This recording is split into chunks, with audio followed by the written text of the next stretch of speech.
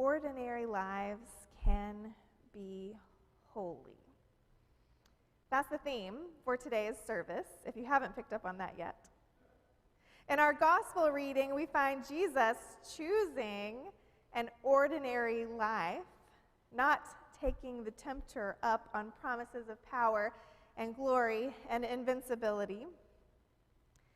And I don't know about you, but sometimes, maybe now in particular, being ordinary doesn't seem that great. It makes me feel a little bit helpless.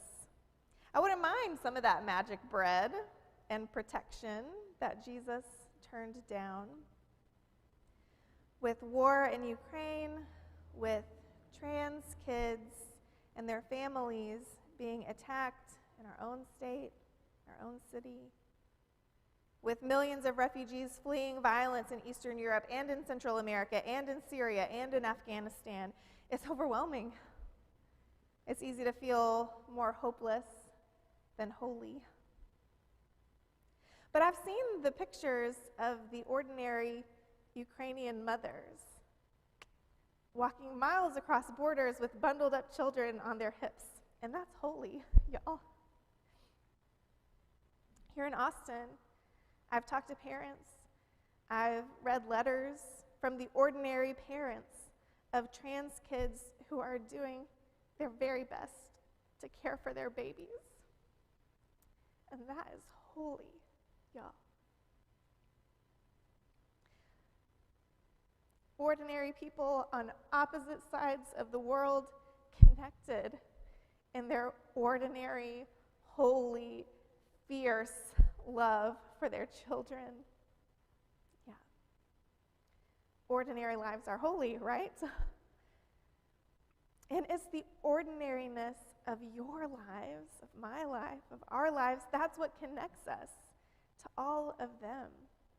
From Eastern Europe to Central Texas, we don't have to be perfect. We don't have to be able to save the world. We don't have to be all that powerful.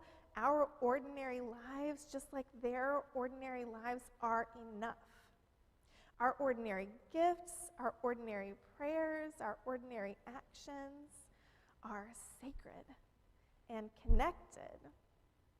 So today, while I know that we may be feeling hopeless and helpless about all of the overwhelming injustices and violence of our world, I want us to take a little bit of time to push back on that feeling, to practice connecting with God, connecting with each other, connecting with all those who are suffering in our world. So we're going to do something a little different instead of me just talking at you today. There are 5 stations of prayer and action that are around the sanctuary. There are 3 in the back and 2 up here in the front. I'm going to tell you a little bit about them, but there are notes and instructions at each of those tables too, so you don't have to remember all of this. But then after I've told you about them, we're going to take about 10 or 15 minutes for you to wander around and visit these stations. Does that sound okay? Give me some head nods. Okay, good, because I don't have any more sermon to read. One of the stations in the back in the middle is a place for prayer.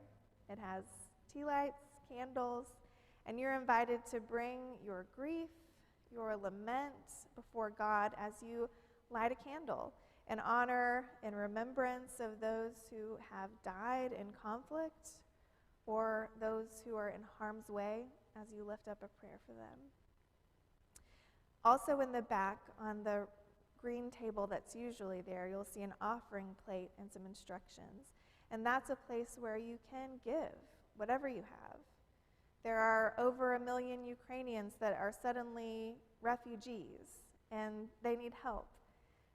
We can help, even with our small, ordinary gifts, by giving to trusted organizations like the Baptist World Alliance, which is where our offerings will go today.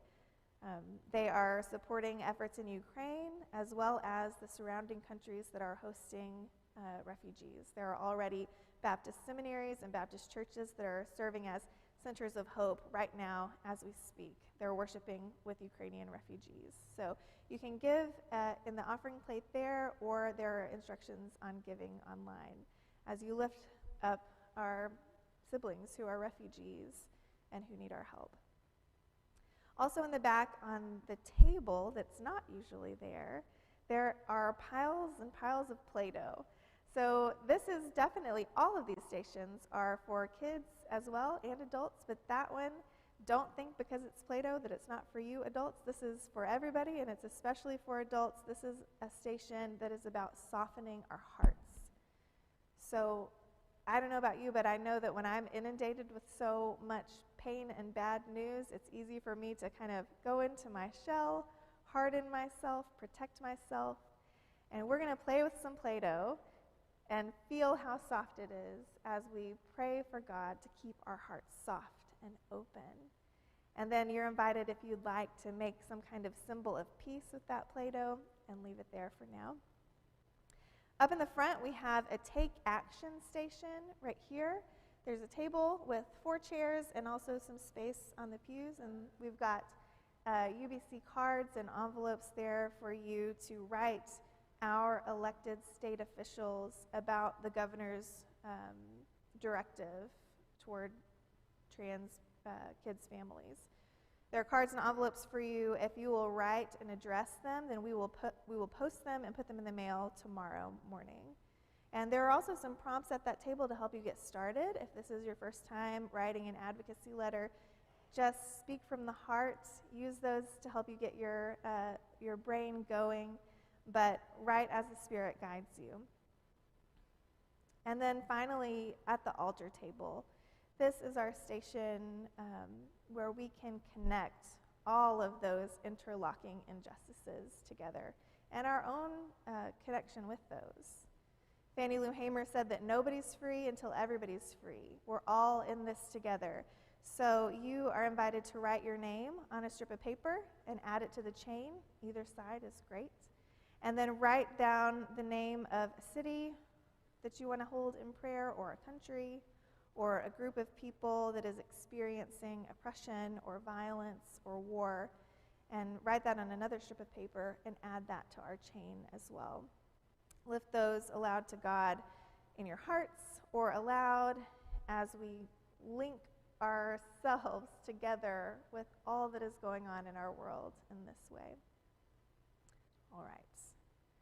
You can do as many of those as you want. There's plenty of paper, and it's totally okay if there are duplicates, by the way. So use that as a space to lift up and connect with all those around you.